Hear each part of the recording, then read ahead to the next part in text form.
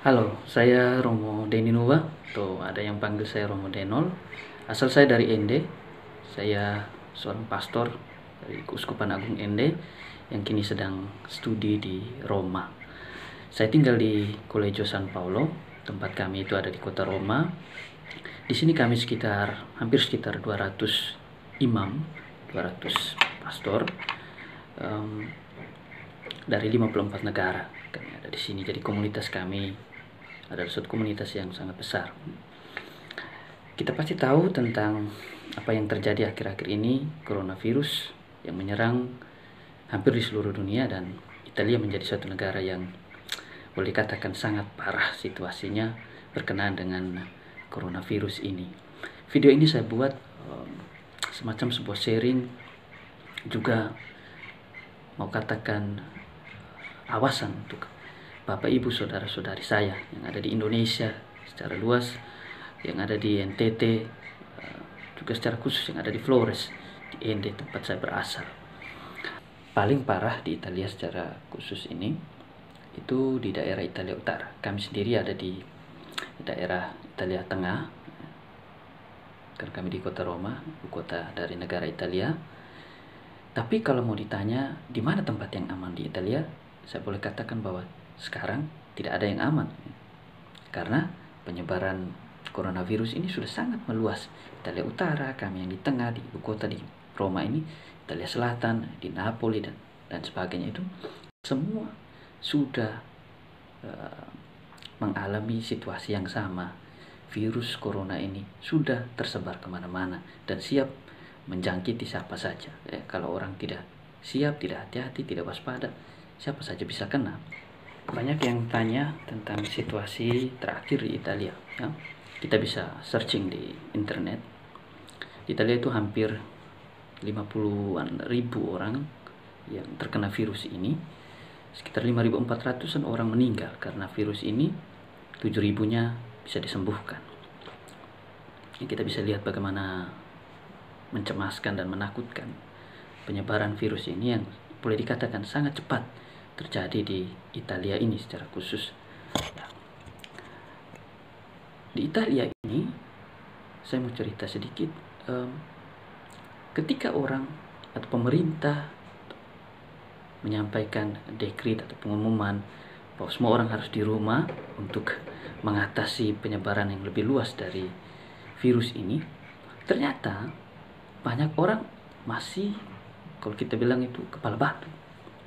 Masih banyak orang yang tidak peduli dengan pengumuman ini yang disampaikan oleh pemerintah, sehingga masih banyak orang berkeliaran begitu saja, masih banyak orang beraktivitas seperti biasa di jalan-jalan. Dan apa yang terjadi, penyebaran itu begitu luas, dan sekarang bisa disaksikan sendiri bagaimana korban semakin banyak, baik yang positif terkena corona maupun korban yang meninggal akibat corona itu. Kalau mau dikatakan bahwa sebetulnya virus itu menjadi berbahaya, terutama karena perilaku orang. Perilaku membuat orang, perilaku yang sembarang, yang ngawur, yang seperti itu justru membuat penyebaran virus ini menjadi semakin lebih luas dan amat berbahaya bagi kehidupan manusia.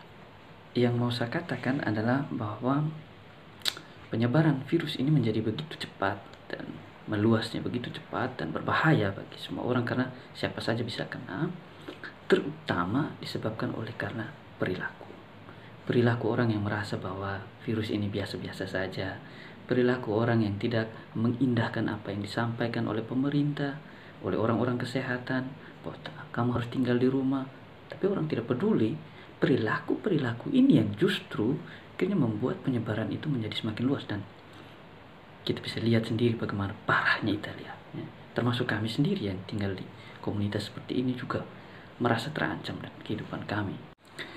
Saya juga mau katakan bahwa ternyata Eropa secara umum, baik itu di Jerman, di Spanyol juga cukup parah, di Austria, di Swiss juga mengalami hal yang sama, di Prancis juga, dan Italia sendiri. Ternyata negara-negara Eropa yang kita bilang maju, kita tahu bahwa mereka punya tingkat kemajuan jauh lebih tinggi dari kita di Indonesia, dari kita di Flores apalagi. Tapi mereka sendiri, negara-negara Eropa itu sendiri mengalami kewalahan yang luar biasa untuk mengatasi ini. Mereka ternyata mengalami juga tantangan yang begitu luar biasa dihadapi orang-orang, terutama orang-orang kesehatan, dalam mengatasi penyebaran virus, dalam mengatasi atau menyembuhkan orang-orang yang sakit karena virus ini. Jadi kita bisa lihat negara maju seperti mereka saja sudah mengalami kesulitan. Saya tidak bisa membayangkan kalau virus itu masuk, sekarang sudah masuk Indonesia, kalau masuk ke NTT, masuk ke Flores, apalagi ke Ende, saya tidak bisa membayangkan bagaimana sulitnya kita bisa mengatasi penyebaran virus ini dan bisa menyembuhkan orang-orang yang terkena karena virus ini dengan segala keterbatasan yang kita miliki, yang kita alami di tempat kita. Awalnya saya yakin sekali bahwa virus ini hanya akan kena di orang-orang tua, di orang-orang usia lanjut, karena daya tahan tubuh mereka sudah menurun. Tapi belakangan ini menjadi kekhawatiran saya, karena siapa saja ternyata bisa kena, ya. Itu artinya juga teori itu saya ragukan juga, ya. Siapa saja bisa kena, tergantung daya tahan tubuhnya. Tapi kalaupun daya tahan tubuh orang itu kuat, virus datang, daya tahan tubuhnya kuat, dia masih bisa bertahan melawan virus itu. Tetapi bahwa virus itu ada di dalam dirinya, dan melalui dirinya dia bisa menularkan kepada orang lain, dan itu berbahaya. Kita tidak kena atau kita tidak alami dampak lebih parah karena virus itu, tapi kita bisa menjadi penyebab bagi orang lain. Kita bisa membuat orang lain menderita karena kelalaian kita. Itu kenapa orang suruh kita tinggal di rumah, kita ada di rumah saja, bukan karena supaya kita jangan kena, tapi juga supaya kita jangan menjadi penyebar virus bagi orang lain. Karena itu melalui video ini saya ingin berpesan, pertama-tama kita jangan pernah menganggap remeh virus yang satu ini, karena sudah terbukti penyebarannya begitu cepat dan begitu luas. Bisa jadi sudah ada di sekitar kita. Karena itu hati-hati, berwaspada, ikuti saja apa yang sudah disampaikan, apa yang sudah diinstruksikan oleh pemerintah, oleh orang-orang kesehatan, oleh gereja, oleh tokoh-tokoh agama, semuanya ikuti saja. Saya yakin mereka juga menyampaikan itu dengan suatu kesadaran yang luar biasa, kan, ya, tugas kemanusiaan ini, ya. Kita punya kecemasan yang sama, kita punya kekhawatiran yang besar, apalagi kami di Italia sudah alami semua itu. Jangan sampai juga terjadi juga di tempat di Indonesia, di Flores, di NTT. Semoga itu tidak terjadi. Karena itu saya berharap supaya semua kita bekerja sama. Karena kita tidak hanya bertanggung jawab dengan kehidupan kita, ya. Karena kita akan menjadi sangat egois kalau kita hanya berpikir tentang diri kita, tentang pekerjaan atau kehidupan kita sendiri.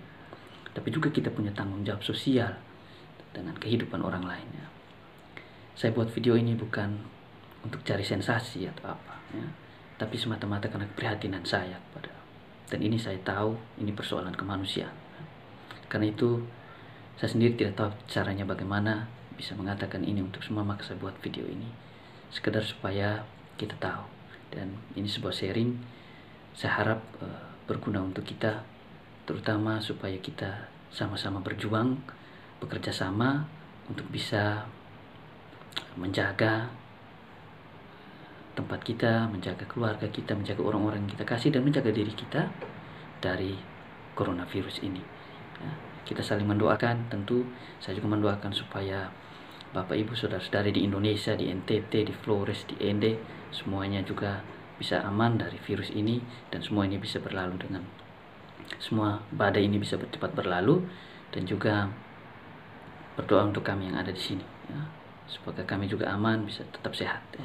Terima kasih untuk semua yang sudah bertanya, sudah mengirimkan pesan, sudah telepon menanyakan keadaan. Terima kasih untuk perhatian dan doa-doamu.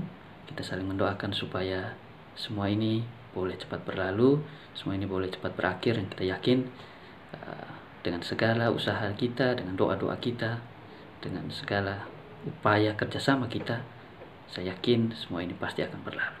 Terima kasih.